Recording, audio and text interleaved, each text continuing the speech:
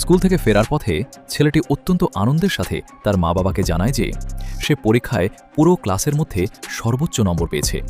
কিন্তু ঠিক সেই মুহূর্তেই পাশ দিয়ে হেঁটে যাওয়া কিছু সহপাঠী তাকে নিয়ে খোঁচা দিয়ে কথা বলতে শুরু করে।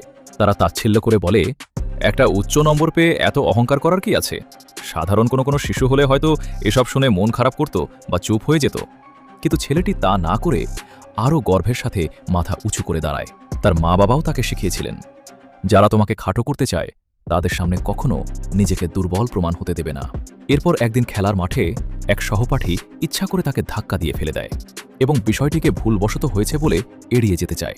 ছেলেটি নীরবে বিষয়টি সহ্য না করে সরাসরি সবার সামনে আওয়াজ তোলে এবং অন্যায়ের প্রতিবাদ করে। যখন সে স্পষ্ট ভাষায় তাদের খেলার নিয়ম ভাঙার কথা তুলে ধরে, তখন অপরপক্ষ অপরাধ বোধে ভোগে চুপ হয়ে যেতে বাধ্য হয়। অন্য এক সময় কয়েকজন ছেলে তার গায়ের রং ও শরীরের গন্ধ নিয়ে ঠাট্টা বিদ্রুপ করতে শুরু করে, তাকে অপমান করার চেষ্টা করে।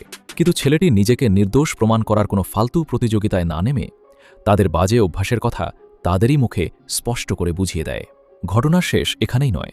ক্লাসরুমের দায়িত্ব পালনের সময় যখন অন্য সহপাঠীরা ফাঁকি দিয়ে সব কাজ তার উপর চাপিয়ে দিতে চায় এবং শিক্ষকের কাছে উল্টো অজুহাত দেয়, তখন সে খুব বুদ্ধিমত্তার সাথে জবাব দেয়।